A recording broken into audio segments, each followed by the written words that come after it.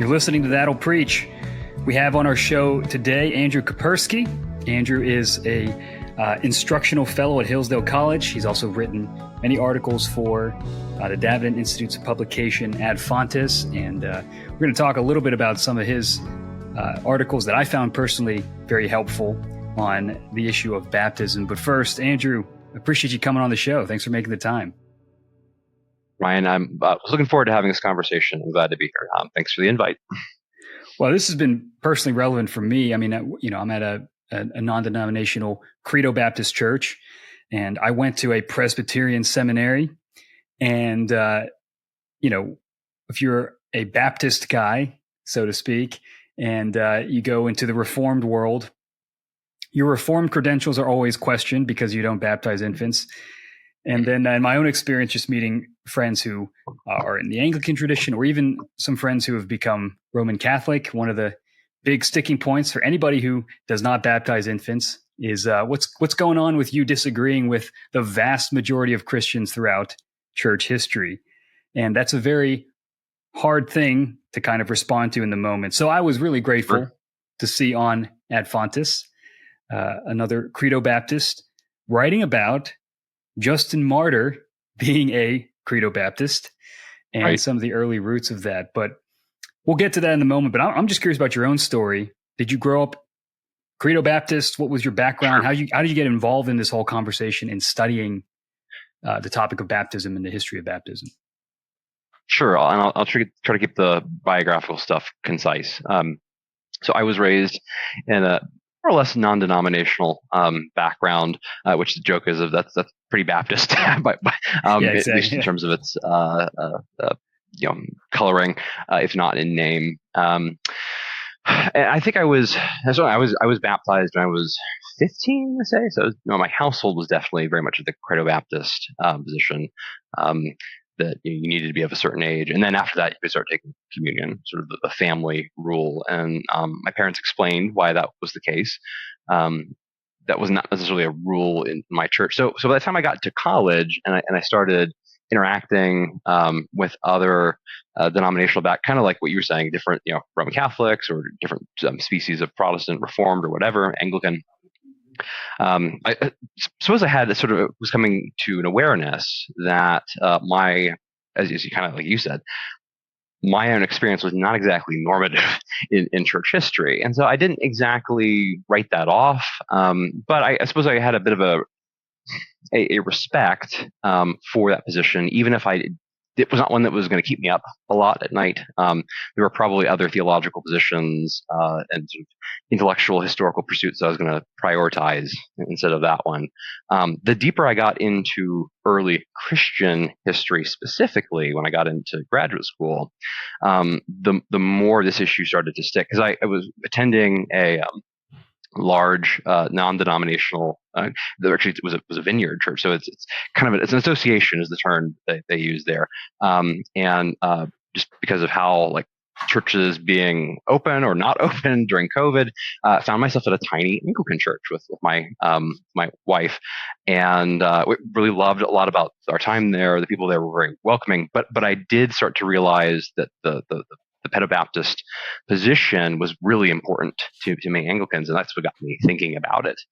So kind of in that period, for a hot minute or two there, several years, I was probably more of the thing, okay, yeah, maybe the Credobaptist position is perhaps more ideal on paper, or maybe it is more of the blueprint type. At the same time, I was having this kind of growing respect, which I think has stayed with me, that in probably most places and times, it has not necessarily been the norm. Probably has, if just for cut church history up into different periods or chunks, it's hard to argue that in the Middle Ages that was not the position. And so I was kind of coming to this position where I was sort of I don't want to say indifferent to the question, but it was starting to make me think, okay, there's a lot of historical weight and momentum behind this issue.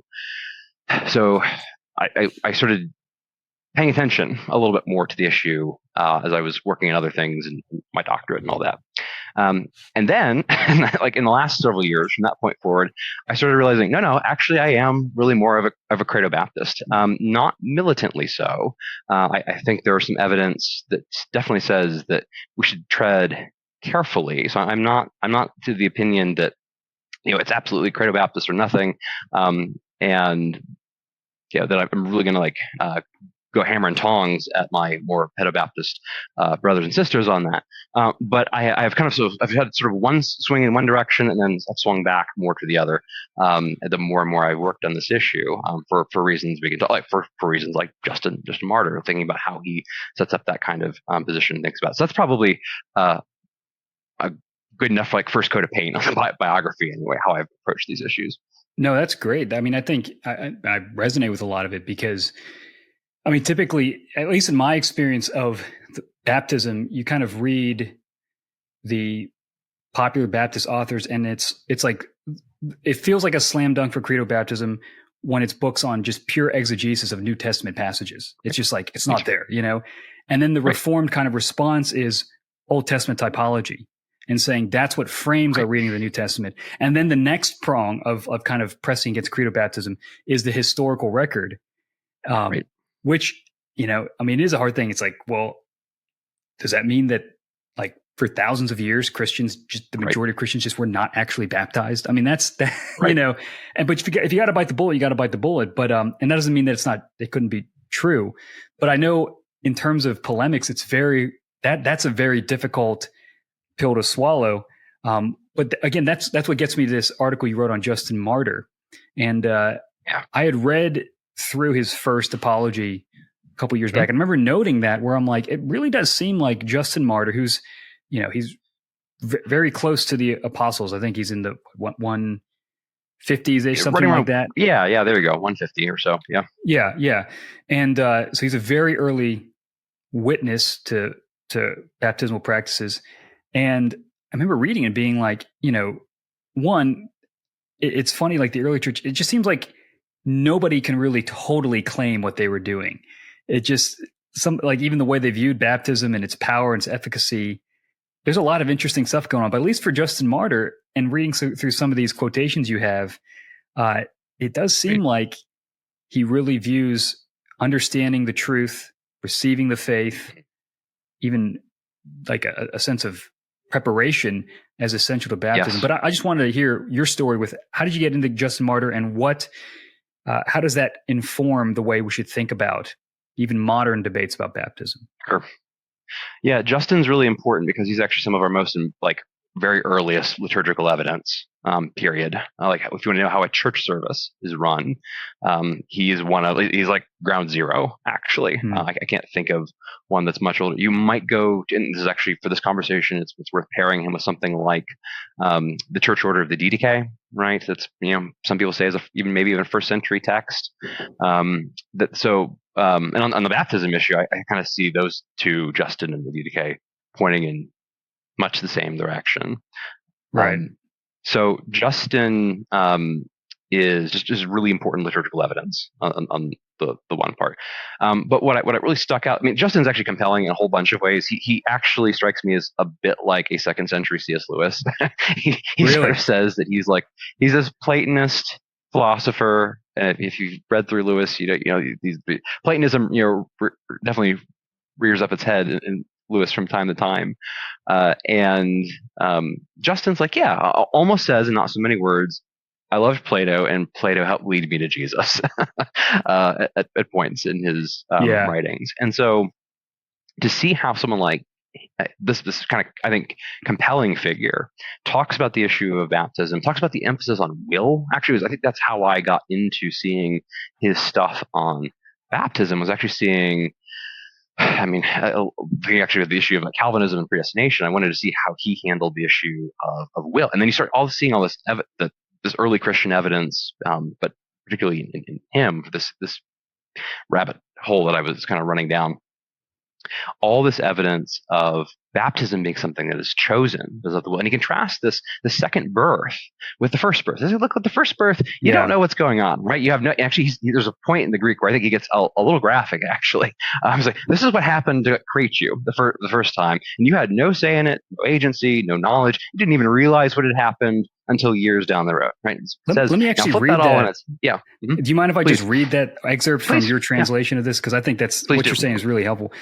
So it says that we learned the reason for this practice for baptism from the apostles. Whereas we did not perceive our first birth, we have necessarily been born of fluid seed according to our parents' sexual intercourse with each other. We have been in lousy habits and wicked upbringings, in order that we may remain as children of neither necessity nor ignorance, but of choice and knowledge, and so that we also obtain forgiveness of sins previously committed. In the water, the name of the Father of all and Master God is pronounced over the one having chosen rebirth for himself and repented of what was sinned. This itself is the only thing said at the washing by the one bringing the washed person. So that's kind of what you were talking about. There's this contrast between, your natural birth versus what's unique about this birth is it's something that you choose to undergo, this new rebirth. Right. Now that was fascinating, but keep going with your point. I mean, that's most of it. And so you have to then ask yourself, or maybe I'll bring in the DDK here. Why I think, so it's not, to be fair to our more paedobaptist interlocutors here, they'd say, well, Justin actually doesn't say anything about like infant or child baptism, to be fair. I'm like, okay, yeah, that's true. Yeah, and the underlying reasoning is a little difficult to square with how paedobaptism has functioned down through the centuries. Or if we get and look at the DDK and other church orders, there tends to be a kind of assumption that, for instance, you're going to be fasting for multiple days, leading into the practice. So it seems to be this thing that presumes adulthood, or in the case of Justin, even more specifically, that it presumes some degree of maturity, understanding, and then agency, will, a chosen quality about all this. And that to me is just very striking. That okay, so then you have to ask yourself, and I think I try to unpack this maybe in a somewhat confusing way in that post where I say, now in Justin's world, it's not the case that just everyone is an adult convert, right? You could kind of get out of it that way. Say, well, really, in terms of the ratios, there are not that many children born into the faith. Most of them, maybe if you read someone like Rodney Stark, are coming in huge numbers, right? And so they're just being swamped. And so that would explain why someone like Justin or the DDK would default to this position of saying, for framing the baptismal practice as being something that's for older people. I'm not quite sure I buy that, because if you look at Justin's immediate social circle, we know at least like two of the people, maybe more, of the small circle of, we would probably call it like a Bible study or small group that he was leading in Rome. They say we got our faith from our parents. Right? So we definitely know, like, that's a high ratio, just sampling from Justin's group. And I think if you just kind of think about the demographics, if you think about how many live births there have to be in the Christian community versus the overall rate of growth, start just kind of doing some of the back of the envelope math. And it seems like, no, there really have to be quite a few Christians, a significant minority, who are born into this faith.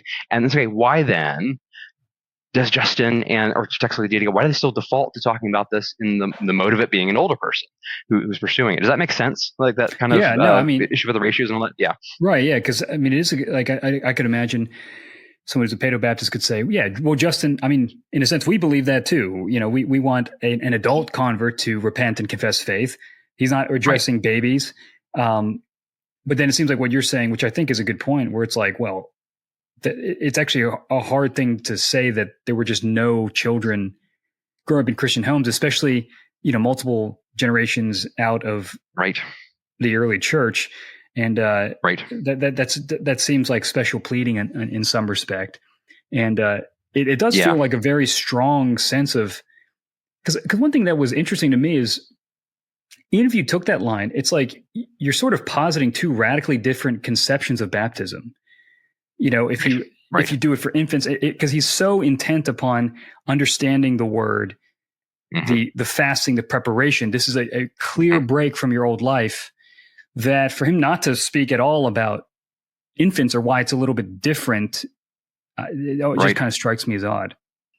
It's certainly different than how, I think Augustine framed it later, and Right. like what his justification is for infant baptism. Like, Augustine and Justin are actually quite different. Which is Yeah. just, I mean, that's also one of my general pet peeves, is when we sort of assimilate all ancient Christian sources to one kind of view. It's like, careful, they disagreed with each other. Or the most common version of this is to assimilate all of ancient Christianity to Augustine. Yeah. which, Right. which is, that tends to get my dander up just a little bit. Not that there's anything wrong with Augustine, Right. but there are other voices out there. So yeah, that's sort of what I think about Justin. There was I was reading through Everett Ferguson's book on early baptism. I have it right here. In fact, yeah. Oh, Yeah, really? Yeah. It's a brick. Yeah. Well, I have it on Kindle, so just, Yeah, there you go. that is huge. Yeah, This is a doorstopper. Yeah. Yeah. But I thought it was very helpful, because one thing he kind of points out is that to say that there's just like this universal monolithic kind of practice is not Right. really the case. And I think we can be a little overly romanticized when we think about church history. We want Yes. to kind of be neat and clean, but when you're thinking a lot of these Christians are being persecuted, they're spread around, they can't communicate as much. Yep. And but his stuff on Justin Martyr, like what fascinated me reading the earliest, the first century or two after the apostles regarding baptism, is how you're reading, you're like, okay, this sounds Credobaptist, and then you're like, whoa, they're like, it seems like they really do think. I'm not sure if Martyr thinks this. I'd be curious your thoughts on this. Sure. But it seems like a lot of these early guys thought baptism is affecting an actual, like, changing you, not just sort of like a means of grace, sanctifying kind of thing, but like, this is saving you. Like the Spirit's being imparted at this moment, forgiveness is being imparted at this moment, and this is your entrance into the church. And it might be a thicker conception of credo baptism than maybe most credo Baptists today are comfortable with. So I'm curious about your thoughts on that kind of baptismal regeneration that seems to be percolating. Yeah, there's definitely some of that. I think it gets stronger as time goes on. I actually would want to read Ferguson thoroughly on this particular point, because he does this really nice job of mapping out, well, here's what's going on in this period and section of the empire, and then kind of walking you through. So I have to revisit my notes before I said anything too definitive on that. But my sense is that this gets much stronger. And in fact, this is probably part of the problem, that by the time you get to the 4th century, it's starting to become standard practice that you delay your baptism to the point of later adulthood, because you only get one, right? Is the problem. Yeah. And so that alone, I think, is actually a pretty interesting piece of evidence about, okay, what was the standard practice in the church? It seems to me that there would not have been a scenario. By the way, I don't agree with this position theologically, that you should wait till the very last minute, or about as late as you can in the game before doing it. I think that kind of undermines the whole purpose. But the fact that it happened, I think, is really indicative of that. Yeah, there actually was quite a lot of diversity in terms of how this could be understood, in terms of how it was practiced, at least into the 2nd and 3rd century. So, what are my own thoughts about the theology of it per se? I guess I am careful about that. There are some, I think, particularly with certain kinds of say more traditional, either slightly higher church or more confessional Protestant types, more magisterial Protestants, they tend to, there can be instances, I don't want to say it as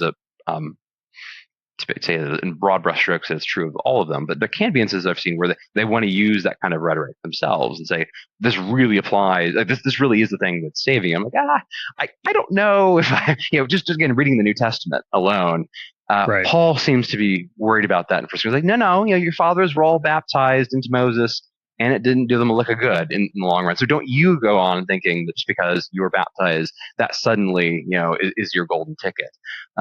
So that, I guess, that's kind of my thoughts on that. As far as what's going on. It's almost certainly the case that it's getting stronger, I think, as it goes on. But I'd have to dig into it a little bit more before I said, like, here's the inflection point or something like that. Where do you think Justin Martyr falls on that? If in your study of him, does he have a very baptismal regeneration? The idea that the I'd say sometimes you have to like define this correctly. I'm just thinking. I Right. just want to think about that baptismal regeneration is that that baptism actually affects the impartation of the Holy Spirit and the forgiveness of sins, which I think you could maybe even make an argument for that even from a modern Baptist perspective. Sure. But how would you, just without being anachronistic, because I can't read back into Martyr, how do you think he viewed the efficacy of baptism? That's a good question. Because off the top of my head, I'm not sure that he says anything really clearly about what he thinks is happening in that instance. Certainly, he uses the language of rebirth there, but it may be a little fuzzier than that, or frankly, he may just not say anything. At least nothing's coming to mind in those passages, and it can be difficult to parse some of this theological language of rebirth, or to take, you've got the same kind of issue with the real presence in Eucharist and communion. Like, what's going on there?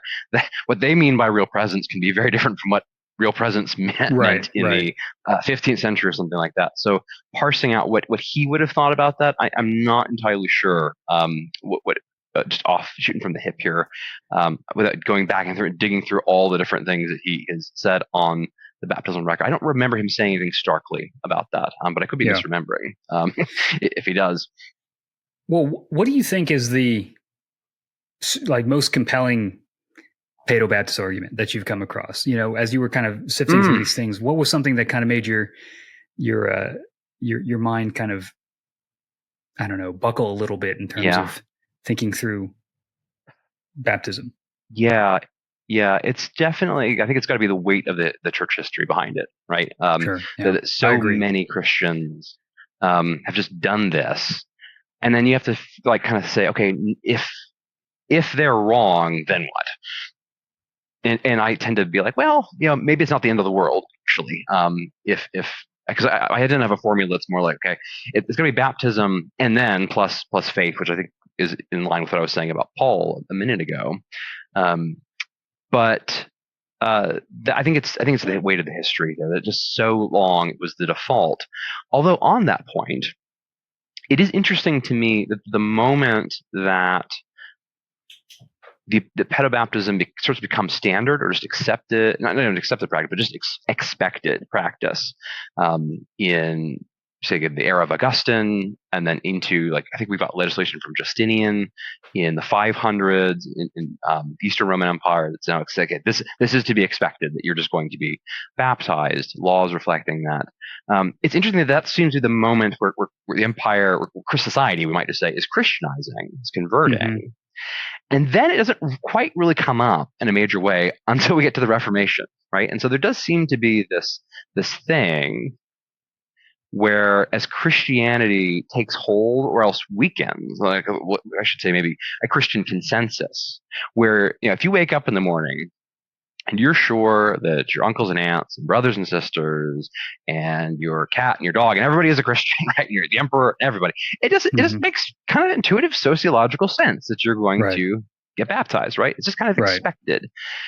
And it is telling to me, I think, or at least it's interesting, that the moments where that Christian consensus, where we all start looking around, are we all Christians? We all kind of mean the same thing by that. It's those moments that tends to raise this kind of, I don't want to say existential crisis, but baptism suddenly comes to the fore. This is where the Anabaptists get this. That's a good point. And okay, we got to rethink what we actually mean, because just being a member of Christian society, in their view, isn't enough. And so that's probably the strongest argument for paedobaptism that I had to think about. What does that mean in the eyes of God? That if I'm right, and these people have practiced this, what does that mean for my fellow Christians whom I love in the present who practice that? That's probably the hardest thing. It's not exactly a theological argument per se, but it is something I've had to wrestle with. Okay, what is? Because I also don't want to be one of those kind of Protestant evangelical types. This is everything between Constantine and Martin Luther is just worth junking. It didn't matter. No, I think it happened, and I think that history matters an awful lot, actually. And I think there were real Christians in that huge chunk of time. So it makes me wonder what the reformers would have thought about, Baptist churches. If they would have been like, you guys are just as wacky as the Catholics over there, just thinking about how contested that issue was. Well, certainly with the Anabaptists, like they're very happy to persecute them. Yeah. Right. Yeah, and so right. Yeah. Well, they had other problems the Anabaptists too. are. Oh, sure. Yeah. No, it's all of a piece, but I think it's with the Anabaptists, I think there's something about though that sociological component, right? So the Anabaptists are the most radical in their sociology. And then there are Anabaptists, and then there are Anabaptists or radical reformer. When I'm trying to explain this to some seminary students, I say there are Anabaptists, and then there really are all these other types here who are really trying to totally remake all of society. But I think there is something about that sociological assumption. What do you, when you wake up in the morning, do you think of Christianity as being just kind of assumed, or is it something that's more chosen? To play out the Anabaptist analogy today, something that if you're a Mennonite, or if you are more of that tradition that you choose to stay in. If you're Amish, say, rather than just assume that you're going to be a part of that community forever just by birth, because you see yourself as being different than the larger society. I think that's it's helpful for me to think about that component when I'm also looking at the theology of the thing. That's, I think, a good insight, though. And what's been interesting to me reading on the history of baptism is thinking about, Reformed Presbyterian friends, who their covenantal view, even though they may claim that the practice might be historic, it does seem like the covenantal view it is not that ancient. That yes, maybe the Augustine baptized babies, but he does it for a very different reason than a Reformed Presbyterian would today, and probably for a reason that would make a PCA Westminster Confession person very uncomfortable. But one thing that I think a lot of paedobaptists argue that I personally I think is probably the most difficult one, I think, for Credobaptists, at least in my mind, is that the Israelites always conceived of their children being covenant members, that they're thinking of the household and all that stuff. And so it would have been a radical shift had the new covenant come and then suddenly their children are excluded. That wouldn't, one, seem like an improvement. And two, if it was a change, why is there no record of some kind of controversy breaking out about this? So those are kind of the arguments that I think I've found the most persuasive. But I'm just curious what you think about it, because I know you've done a lot of work on Second Temple Judaism and studying some of the origins. So I want to hear your thoughts on those kinds of lines of reasoning. Yeah. The example that stands out most to mind for me there, Brian, is what I see in the Dead Sea Scrolls, which is in certain ways, again, just talking in kind of pure sociology, there is a way in which this is a pretty close analog to what you have with the early Christians.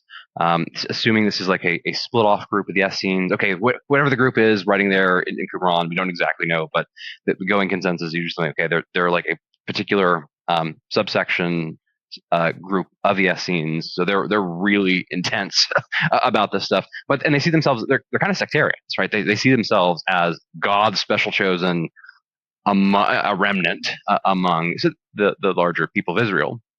And so that's useful, I think, just, okay, how would Christians kind of come into this environment, and how would their practices and their thoughts about community, the conception of community, how would that have worked?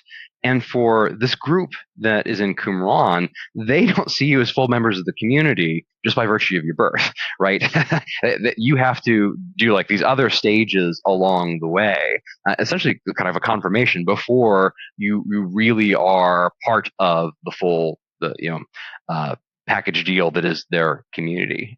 You have to be validated in that along the way. So it's, and presumably they're all the males anyway are going to be circumcised, right? So that is not necessarily something that is that's not chosen or something like that. That is to be expected as a baseline. But then there's this other stuff on top of it. So it seems to be that here's you have this parallel group of, are they Essenes or something else? And they seem to suggest, that really circumcision is only part of the story. Okay, there are other things going on there. I saw something actually even just on what we're supposed to call X nowadays, formerly known as Twitter. Somebody pointed out this, and I never thought of it before, that the New Testament data even on this is kind of interesting, where in Galatians, Paul is having to talk these people who have been baptized out of being circumcised on top of it, which suggests that those were not whatever he told the Galatians initially. It's not the case that this was like a one-to-one kind of corresponding thing. Well, that would have been a key answer. He just goes, "You're baptized. Don't worry about circumcision." Right, exactly. Like that, And so there's clearly some sort of gap. Now, I want to be judicious. Like there are clearly some catechetical gaps with other groups in First Thessalonians or Corinthians or whatever, that clearly they didn't get everything quite nailed down in the first go. But even so, you'd think that this baptism thing, that if it really were this close, it would have been explained.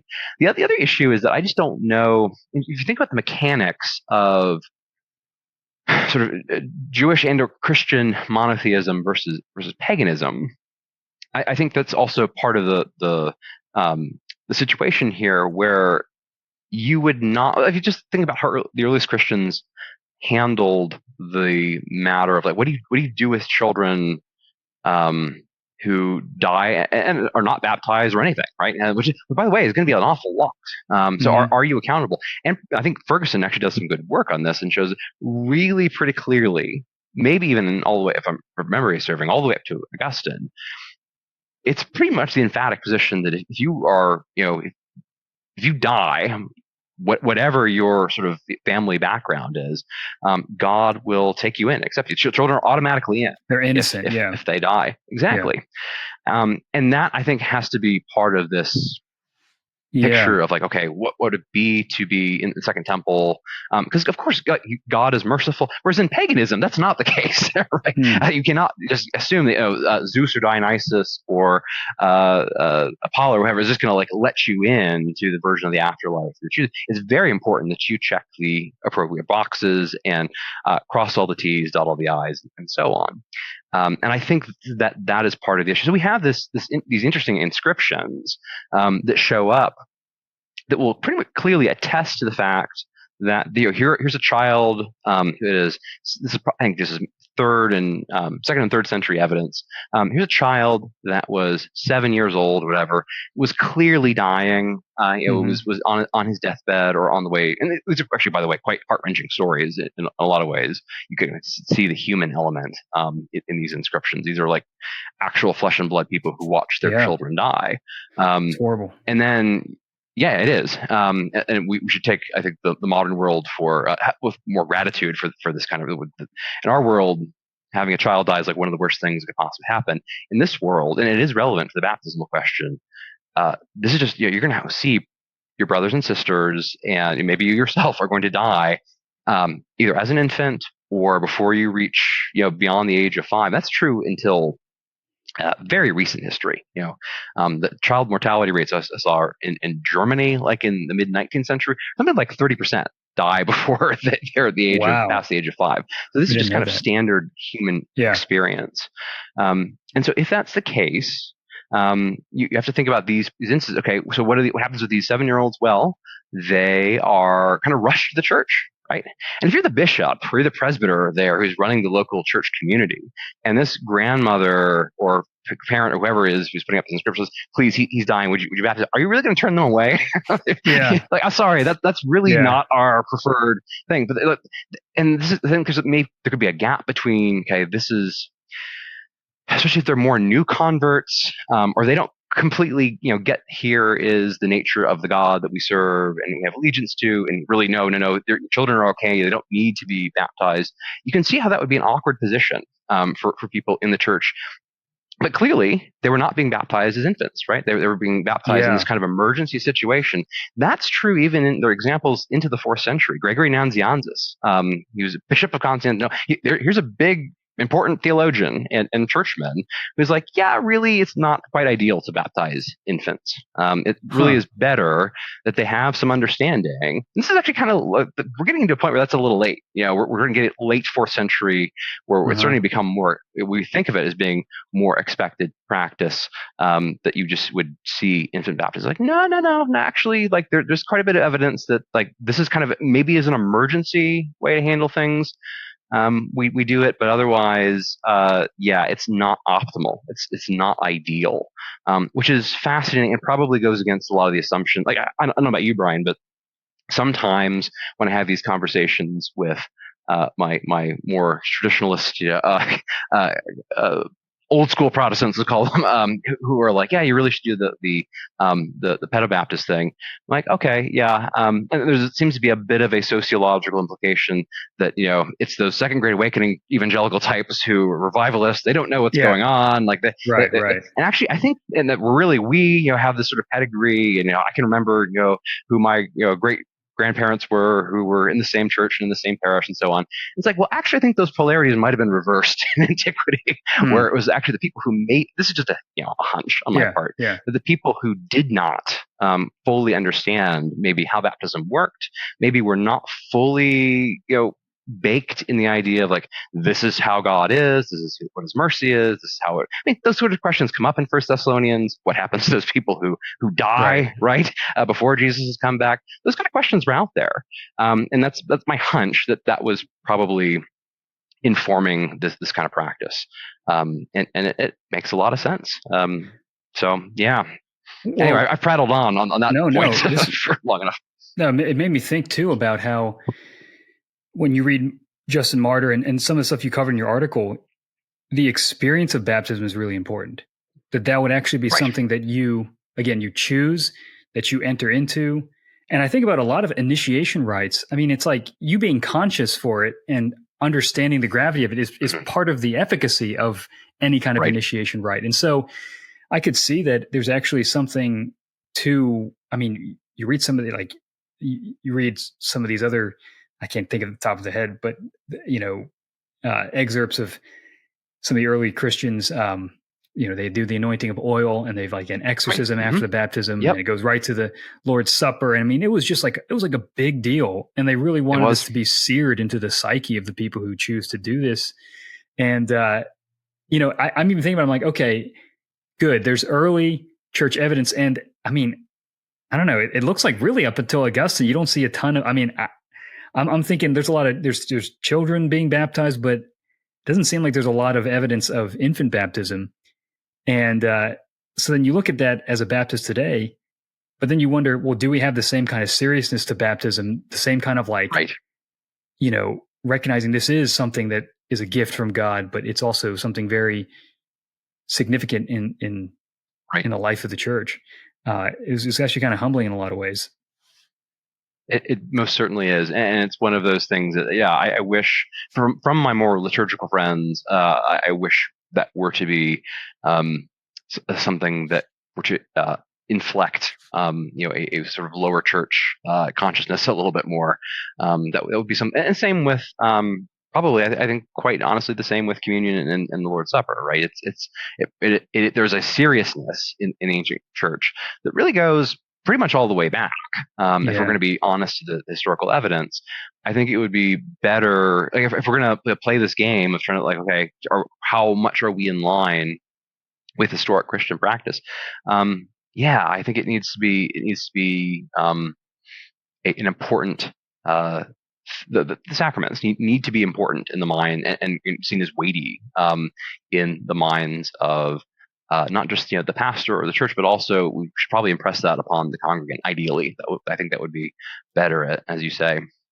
Where's the liturgical Baptists? I mean, that's kind of the thing where I'm like, I appreciate so much of church history, and I've been to Anglican services. I think they're beautiful. The liturgy is very helpful and ordered, and I think the Reformed Presbyterian visions of the family and the covenant household, I think, is very helpful. And I'm kind of like, man, and I think maybe that's part of the pull where you're like, gosh, it's like this 80%. I'm like, this is great. And then it's like, is this all a package? Like, can you just take the good stuff of that and add in the credo baptism. I mean, I don't see why not in principle. It just doesn't seem like historically that's been the case. But maybe that's the future. Who knows? Well, I have a theory there that okay, if my sociological model is right, if there's a connection between Christians seeing themselves as a part of society, like the Christianity is just part of the warp and woof of their society, versus no, actually we're something kind of distinct from the larger society. If that connection is right, if I'm onto something there, maybe I'm not. Maybe it's all bunk.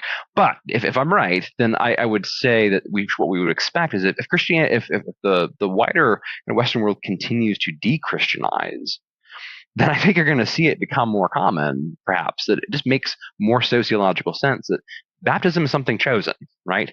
And it will be interesting to see what happens in traditions, like Anglicanism, which I think have a little bit more flexibility built into them. Sometimes some would say too much flexibility, for asking some of my friends who are a part of that.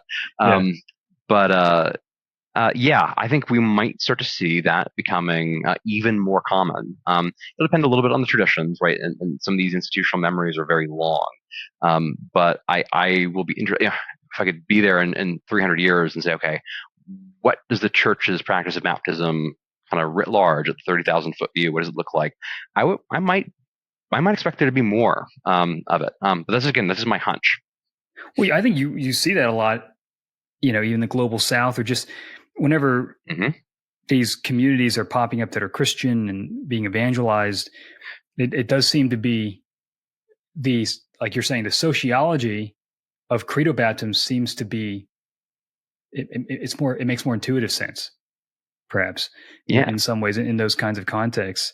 Now, I want to go back really quick to you, because it was interesting. You were talking about kind of that pastoral situation where you have high infant mortality rates or children dying in early childhood, and that's just a normal occurrence. And then you're the bishop of a church. Grandma brings her 7-year-old son. He's sick. He's dying. And the idea of these emergency sort of baptisms. So just sketching out the picture we have of the early church, it seems like with Justin Martyr's influence, it looks like they were baptizing people who understood the gospel, had a time of catechesis, fasting, preparation, and they made this conscious decision to follow Christ, and they're baptized. It's the breaking off the old life. It's a new life. And then it seems like you get around Tertullian's time, like you mentioned, he's dealing with people baptizing infants and also delaying baptism, which is kind of hinting at their view of the efficacy of baptism as forgiving. And it is kind of strange that, like, do you get another chance to repent after baptism? That's kind of interesting. I'd like to hear your thoughts on that too. But I guess my general question is, how did infant baptism come about then? I mean, when did this idea of attaching it to circumcision? And if you could just retrace the steps that we've had, what is the theological, like, how is that theological reasoning being brought to the surface in addition to the sociological kind of pressures of the Christianization of the Roman Empire?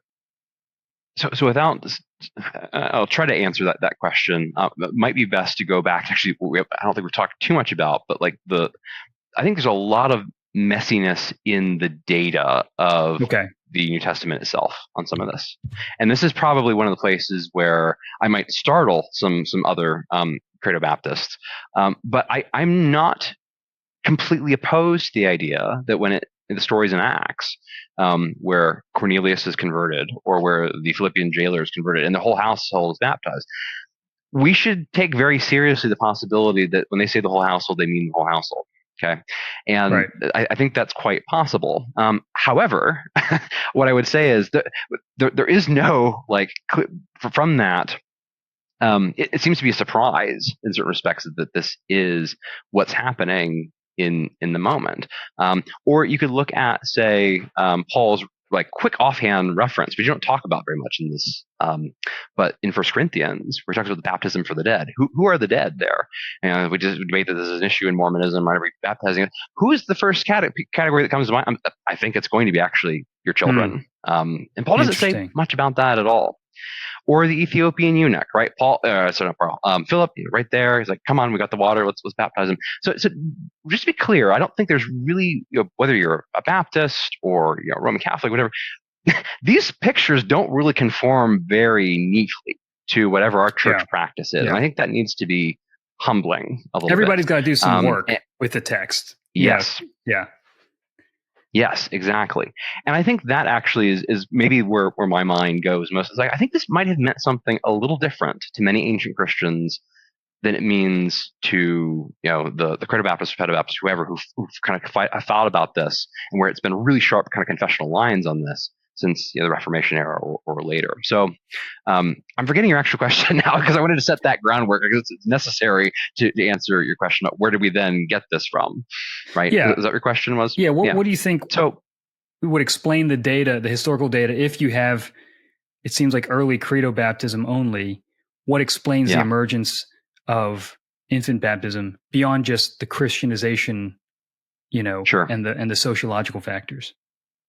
So I think that, so to be clear there, Ryan, I do think it's possible that there was infant baptism from quite early, so that the diversity of practice. I don't expect it to have been the norm, because I see a lot of evidence the norm seems to be something else. Like the optimal situation seems to be something else in the early centuries. I'm not sure about, because even with the instance of Cornelius or the Philippian jailer household, there do seem to be aspects like with Justin, where it seems like, well, Peter recognizes that they're all speaking in tongues, right? That seems to be, he's like, well, they've got the Holy Spirit, we might as well baptize them while we're here. He didn't go in seeming to expect that was what was going to be the outcome. Or later in Acts with the Philippian jailer and his household, his family, Paul really clearly preaches to them first. So there's like this baseline of knowledge and understanding before you get into it. So what I think is going on there, as far as then the theological idea, I mean, this is where we get into like this tricky area between, like, I almost still want to like lean back into a kind of sociological answer, but I think it is a concern that that these are people who want to check all their boxes, right? And a church that I don't think is going to tell them no, with those inscriptions, these pre-Constantine inscriptions that are pretty clearly saying, that their parents were worried about these children. These are people who are also wealthy, right? They've got enough money to throw up an inscription. That means they're probably better educated. They've at least access to more catechesis. One would think they're probably better off, or have a better chance to be informed about their faith than the average people in the street. And they're still worried about this stuff. And I think that is part of the theological reasoning, that really we want to make sure our children, it's very natural that they are fully in the church. I think that probably explains a lot of it. As far as later, when this notion of, because I think you would ask something then about the practice in delaying it too, right? Or the being only getting one, right?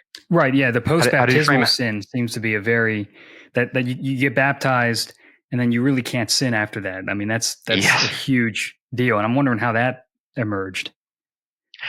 The thing that I would point to would be, you'd start getting into some of the major persecutions in the 3rd century, particularly, and then into the Great Persecution, where we have fights emerging in the church about the traditores, the people who had either handed them, given over the scriptures, or handed over maybe even other brothers and sisters, or had denied their faith, right? Said, nope, actually, I'm not a Christian. What do we do with those people? That's actually a huge issue. A huge live issue well into the 4th century. You still have groups like the Donatists in North Africa, to some extent the Militians who are in Egypt in the 4th century, are coming out of, we had a really bad experience with the Great Persecution, and we actually think that the dominant clerical hierarchy is in some ways kind of corrupted, or is not fully in line, in step with the Church of the Martyrs, right? The way the Militians talk about it. And so there are these fights then emerge about, okay, what do we do with these people? What do we do with their baptism? What do we do with the fact that they did this? And so what usually ends up happening there is a some sort of process of penance, right? Some people will trace the idea of purgatory starting to emerge in this. Like, what if you don't really get very far in your penance, but the church took you back? Does that mean you get out? It's like, well, okay, but you'll pay for that later, right? Right. Yeah.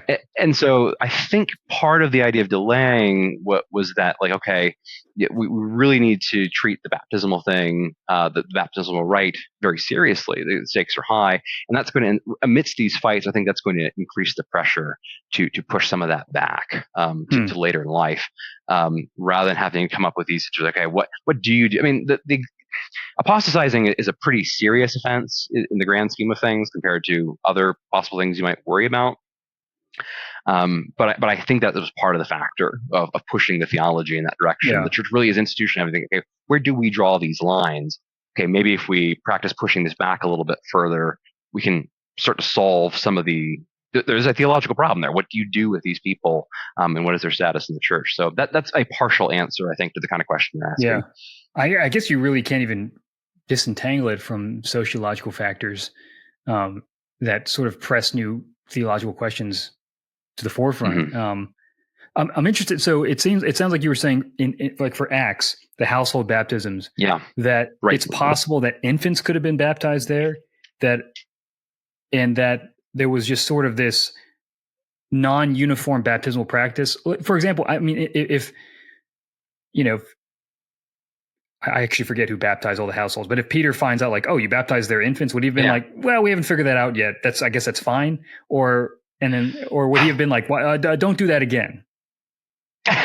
Well, see, Peter is a little bit like, if you read the rest of the narrative, Peter's already a little bit in trouble for baptizing Gentiles, as I read it. Like, as the church, as the council, he gives this very long account of himself later, where I think the context is that's sort of, maybe a lot of it goes unstated, is Peter, what were you doing there? What exactly did you? I mean, he has to really, if you remember the lead up to the Cornelius story, he's really got to be led, by the nose, to the point where he's even willing to go talk to this Gentile in the house, in his wider household, and proclaim the gospel.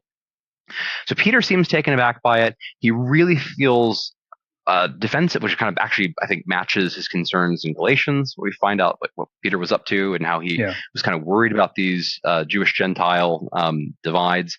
How does he navigate that? So I think he is maybe potentially in a little bit of hot water for that. Whereas, like, you went out. I mean, you're an apostle, Peter. Great, you get to decide what to do. But what does that mean then?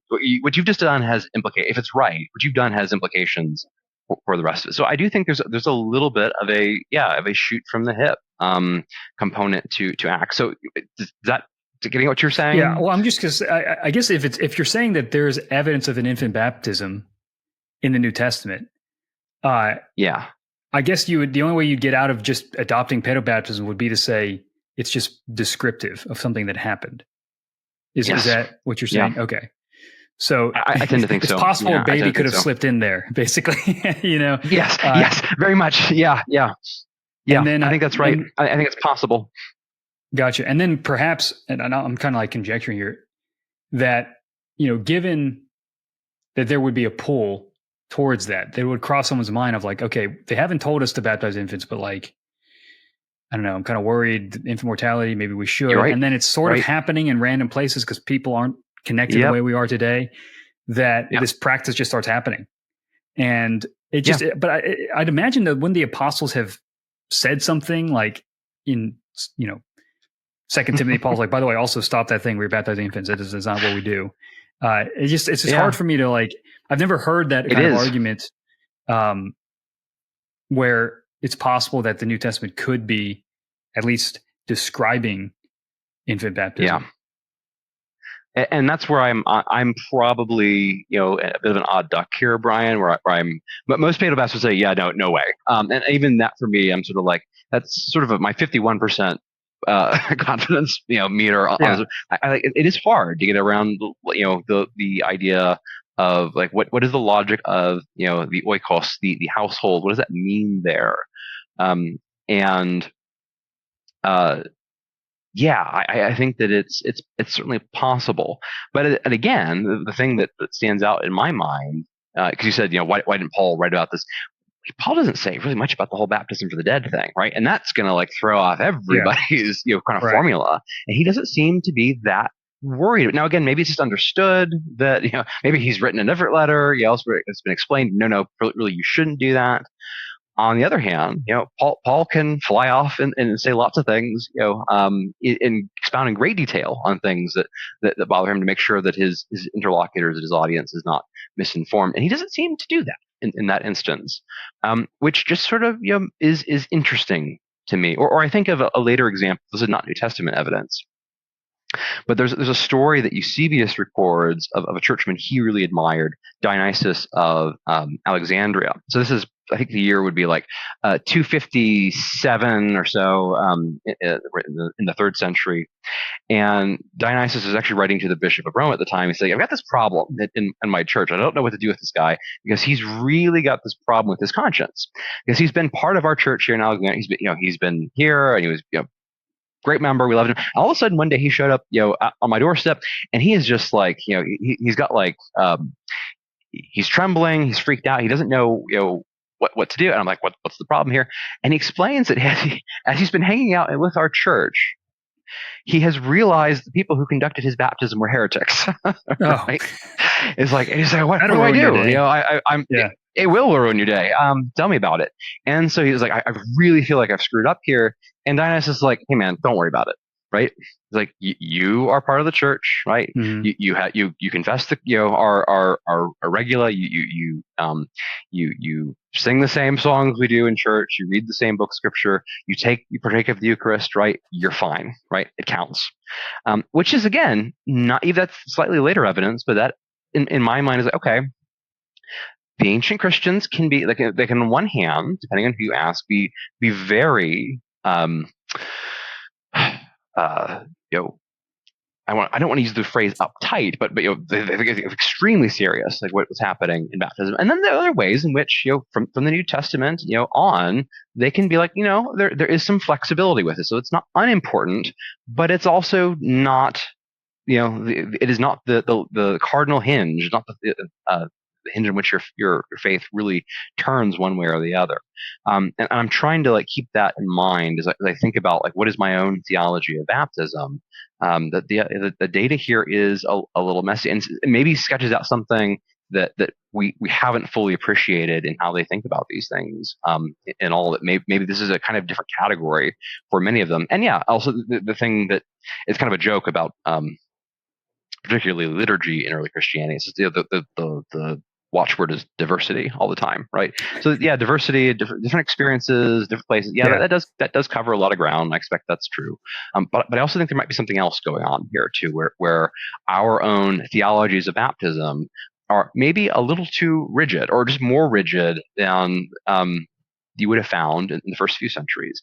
And I wonder if that doesn't capture something that's going on in the New Testament itself.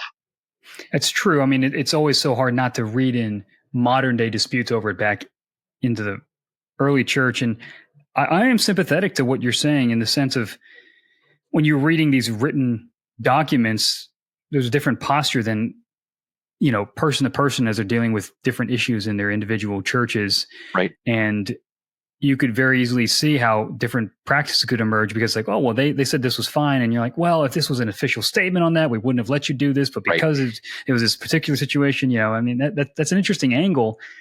But one thing I'm not as clear on is, I mean, this seems to indicate that the New Testament doesn't give instructions on baptism, or at least it's not clear enough, which would be odd considering how central baptism is to the faith. And I think paedobaptists and Credobaptists would agree to that.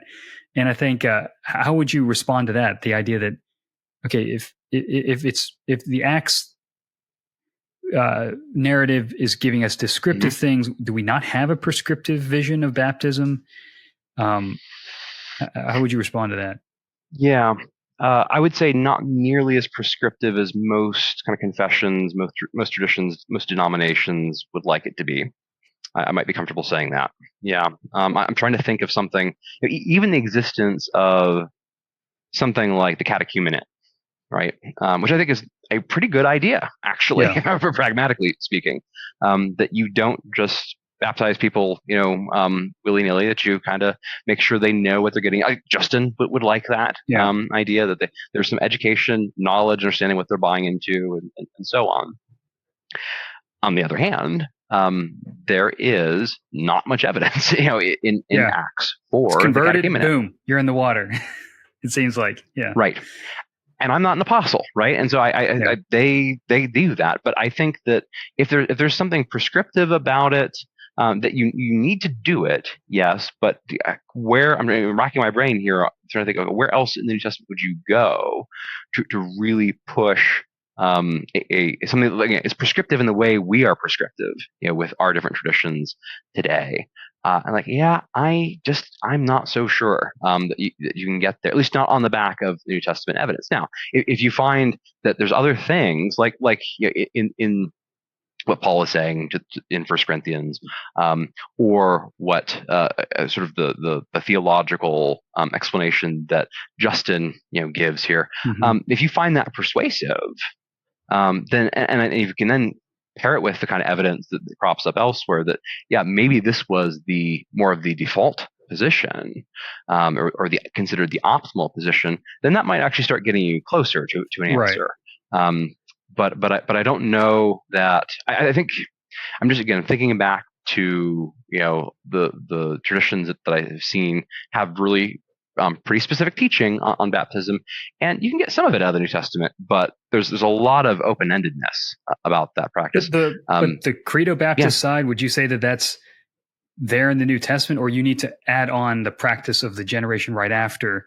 Like, I'm just wondering, like, did Paul know? Did Paul know that, like, if you would ask Paul, do you baptize only believers? He'd be like, would he say yes or no? That's kind of what I'm wondering. Like, or if he'd be like, or are you saying that we don't know from his writings alone? We have to look at the generation after to answer that question.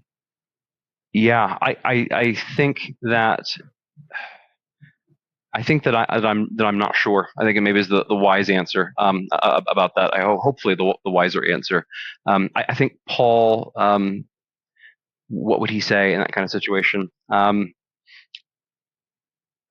just not sure he tells us, actually, one way or the other. So my position is we're really dealing with pretty fragmentary evidence on this, and need to be careful accordingly in terms of what we say was or was not happening. I have my own suspicion, Brian, which is that probably this was not the again sort of the ideal situation. But if you had told Paul, told him the story about what Peter does, and let's just assume that Peter had baptized this whole household, and that maybe there had been some very small children or infants in there, I think Paul would say, okay, he's an apostle. He gets to do, like, that's what this purpose is for, is to bring people into the church. And if it does that, then it does that. And I'm sure that he would have more to say about it that would be instructive for us.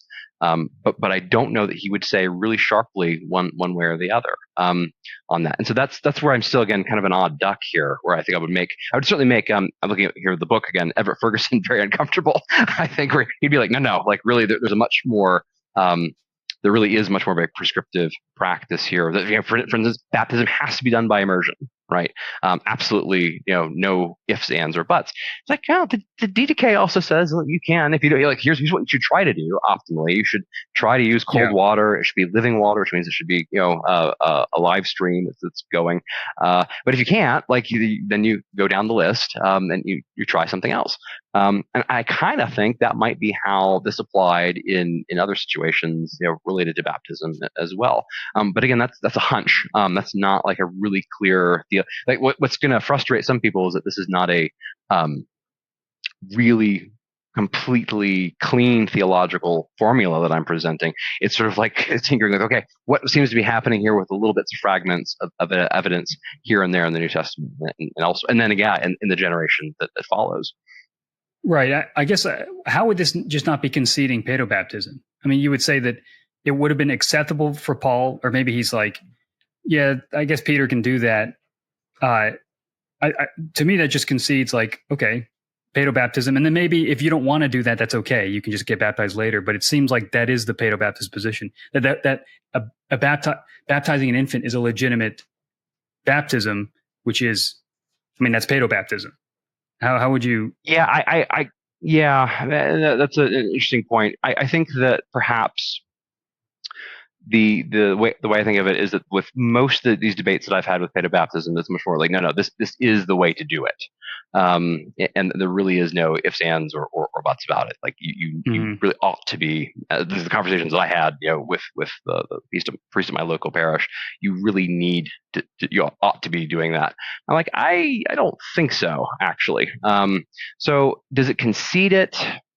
I don't know. I'm not sure I go all the way there, because there is flexibility with some of these things.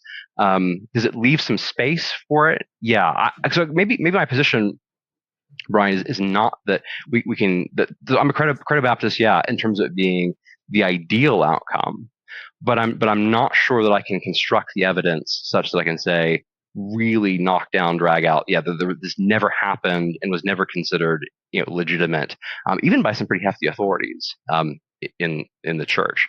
So does that concede it? Maybe in a way it concedes it. If you again, and I'm sort of in a 51% position there. I want to stress with, how you read some of those passages. Um, but I'm not sure that, yeah, I can really in good faith say that this never happened. It was never accepted. Um, and I tend to think that might even go back pretty early, even in the New Testament period.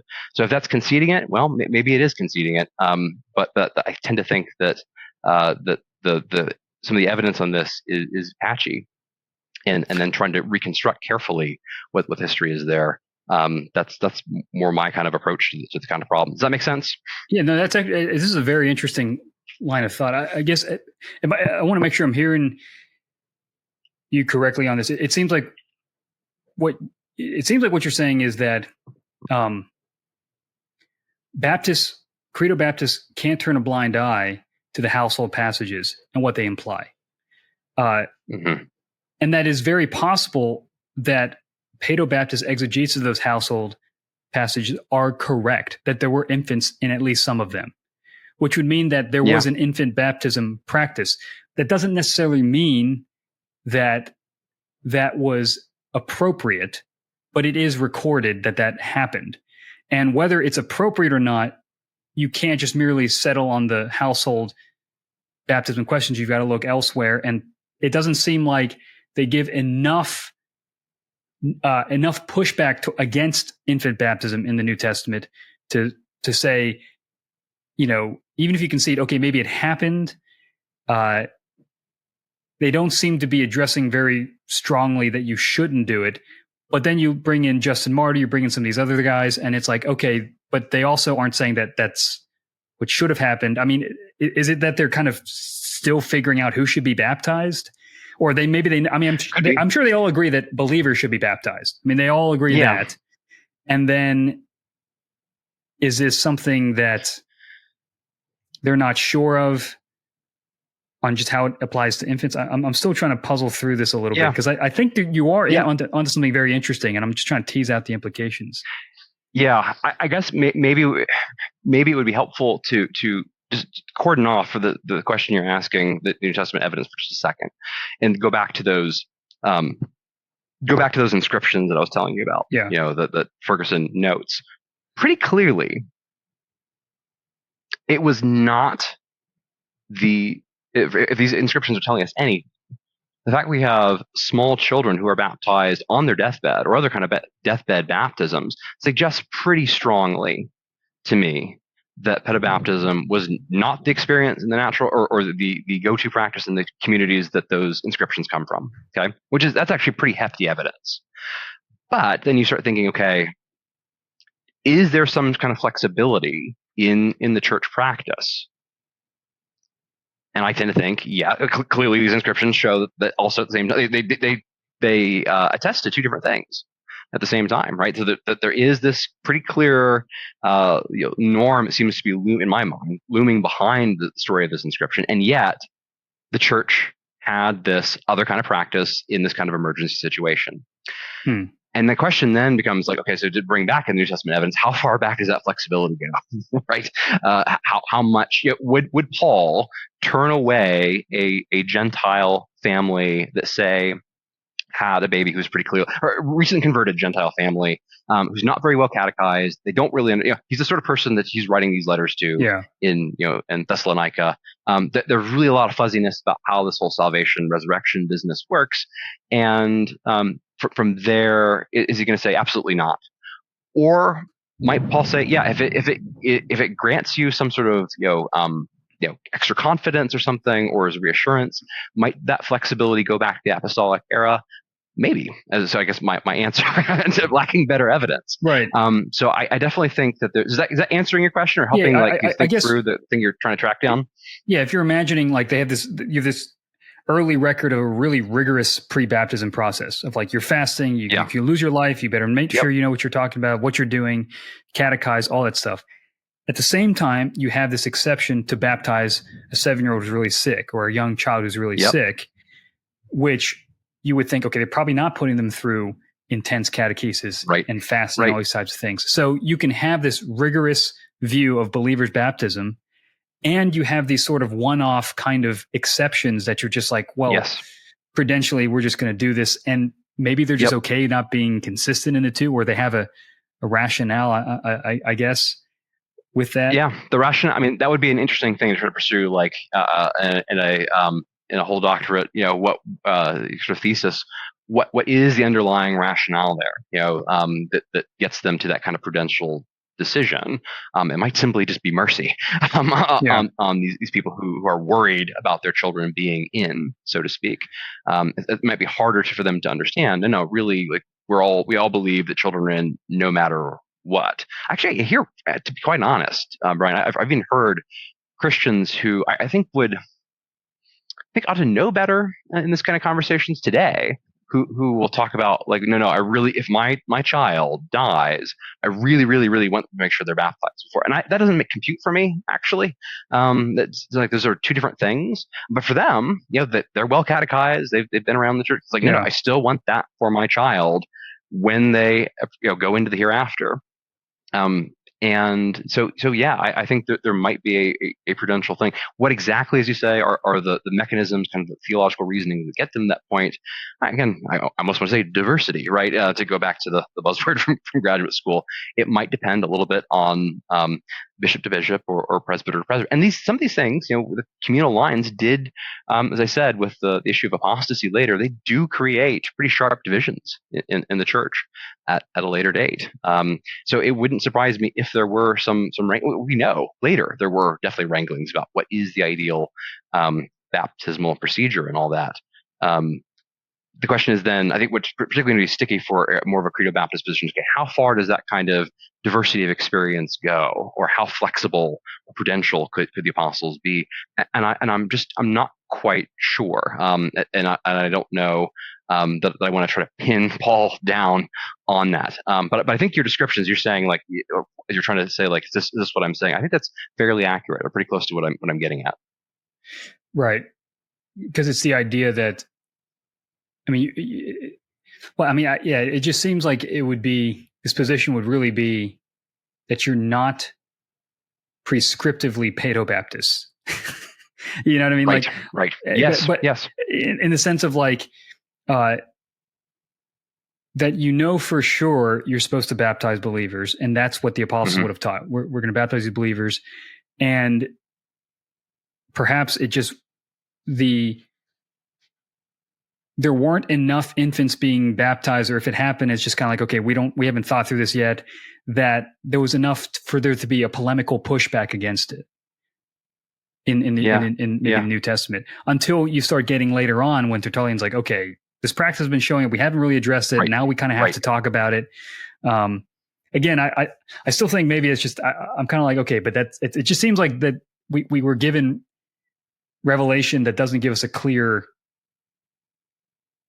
practice. Although maybe you could say that for the Lord's Supper, well, I think we still get a clear practice, but we don't have, all the inner workings of all the metaphysics aren't all spelled out. There's enough that you can get going with it. Exactly. But I suppose you do have enough in baptism to know you're supposed to baptize them at least maybe normatively, immersively. Yeah. And, you do it in the name of the Father, Son, and Holy Spirit. And, but then again, I'm just trying to think through. I can hear my paedobaptist friends where it's just like you just conceded the whole. If you're saying the apostles considered an infant baptism legitimate, then there's no reason that we shouldn't consider it legitimate today, and there's no reason we shouldn't practice it today, right? Yeah. No reason not to practice it. I mean, you could still say, I still think there might be a reason not to practice it, which would be, again, to say that it's, if you really understand the underlying, theological reasoning of what's supposed to be taking place as per like a Justin Martyr, then this really is a non-ideal, non-optimal way of right. Pursuing the practice. Does it mean it's legitimate? I mean, then we have to get into the bigger issue of then what exactly is baptism doing? Probably. Yeah. To what extent is it a sign first, pointing to something else? To what extent is it actually, creating, effecting this regeneration? Again, I tend to be a little more hesitant on the this is the thing creating the regeneration. My general sense from the New Testament is, and again from sources like Justin, would say the faith has got to be in there somewhere. And so does it concede it? I don't know. Maybe it concedes it. If you look at, and this is not my own original research, but Everett Ferguson points this out in the middle of his book, that if you look at early medieval sources, he's got one from sort of the later 5th century into the 6th century. He has a 10th century source. They acknowledge, some of them do, that in fact infant baptism was not standard practice. I'll read you. This is from Macarius, the bishop of Memphis, who's in the 10th century. We're pretty late now. We're later early Middle Ages, if you want to put it that way, if that's not too confusing. He says, in the first generation, one did not baptize infants, but those who attained a proper age were called catechumens. It is to these that one preached baptism and taught the Christian religion for 3 years, and they were baptized. Okay, and then he has other similar remarks from a few other sources about, say, whether immersion had been the standard versus sprinkling. There's an awareness, even among some of these early medieval sources, that, and even we're getting into like more like middle medieval sources, that saying, infant baptism was not the standard practice, but it is today, right? And something actually I would love to research more is, okay, how do they justify that? Right. That shift? That's another. Yeah. Yes. Because Ferguson doesn't get into it. The book's already long enough. But that's another kind of hint to me that we treat this issue a little differently than some of the pre-modern people do. Like, no paedobaptist is going to go say what Macarius just said. Right. No bishop in kind of those traditions, I think, is going to go so far. Say, well, actually, the apostles didn't do this. Now, again, how much do I treat that evidence of my own view of what's happening in the first century? I don't know. But it is a very interesting concession, which should put the kind of debates we have today on different footing. Like, hey, there was an acknowledgement even in the early Middle Ages that this was something of an innovation, a novelty. I think that deserves to be part of the conversation as well. Yeah, what's helpful about this, though, is it sort of defangs the historical argument or neutralizes it on both sides to say, like, you can't really that it may be a dispute that has to be decided on good and necessary consequence versus straight up historical data and straight up exegesis of the particular text. Yes. So you could say, like, given the fact that the earliest apostles, or the earliest generation after the apostles, placed a premium on understanding and faith and repentance and preparation, and given that you do have a clear practice of believers' baptism in the New Testament, and given other theological reasoning for why this thick conception of baptismal regeneration is wrong, that you could still argue on that sense. It's like, okay, we can still make an argument for believers only baptism, and that it's not just going to be settled by looking at historical evidence. It actually has to be deduced from other considerations too. Yeah, that's probably closer to my position, Brian. And maybe it's not quite as full-throated as some people would like, but it's where my thinking on this topic is probably today. And maybe I just am wrong, though. It could also be the case that I think probably Everett Ferguson would say this, that I'm just wrong about how I'm reading that New Testament data. Maybe it really is. And I wouldn't be stunned if it turned out that actually, sort of this coin flip thing, it turns out that no, actually we really do mean just just believers baptism, only for adults. Thank you very much. That wouldn't stun me if I'm just wrong about that. But I do take the just again knowing how religion tends to work in antiquity, or a story that I've had my paedobaptist friends quote to me, where they say, when there are stories of missionaries who reach the lost tribe that's never been contacted before or whatever, and they go to baptize them after they've preached them all this, and they're taken aback when there's this fight, like they know you need to baptize our children as well, right? Because we what we do, one of us does, the whole group does, right? Yeah. And I think that sociologically speaking, there's something very strong about that pull. And I could see the apostles sitting there going, okay, fine. If you're really going to push me, like force me into that position, and this is just what you need to get to this place, fine. But that tends to be where I'm at. But again, I'm probably in a strange demographic there in terms of my view on this. That's interesting. I mean, if you put it on the ground level, it's like, there's Peter approached this Gentile family. He's just like, all right, I just want to baptize the adults. And it's like, well, this is how we do it. We're former pagans. We do things as a family. And he's just like, all right, let's just do this. And I don't know. Right. It's kind of an interesting way to put it. I'm not, I gotta think, but this is very interesting stuff to think through. And I appreciate this because, sometimes it's hard to just remove the polemics and just be like, okay, how do we construct this without everything at stake with denominational, all this stuff, and just look at it and try to make, and I think, what's helpful about your writings, it's like, man, it's the Credobaptists have more of a case than they thought, but it's not the slam dunk case that they were hoping for, maybe. And then it's the same thing for paedobaptists, and that we have to be much more, I guess, nuanced in kind of looking at baptismal practices. It can be very difficult to have these slam dunk cases from the early church. That's part of the reason we have these divisions in Christianity, denominational, or even like in bigger terms like Protestantism or Orthodox or Catholic or whatever, because many of us have been looking at the same data and coming to different traditions or different conclusions from that, because it doesn't mean there's not better arguments, or that's not good enough to say, I believe this over this. But I, as a historian rather than as a theologian, I tend to try to push people I'm having these kind of conversations with, okay, first recognize that this is probably messier than you might have thought on first blush, and then let's talk theology afterwards. And I think that I hope that what that does is not destroy people's faith in their beliefs or the practices, but pushes them to a more robust sense of intellectual humility in the Lord, actually, and to be careful about destroying the weaker brother, or again, just getting sucked into polemics just for the heck of it.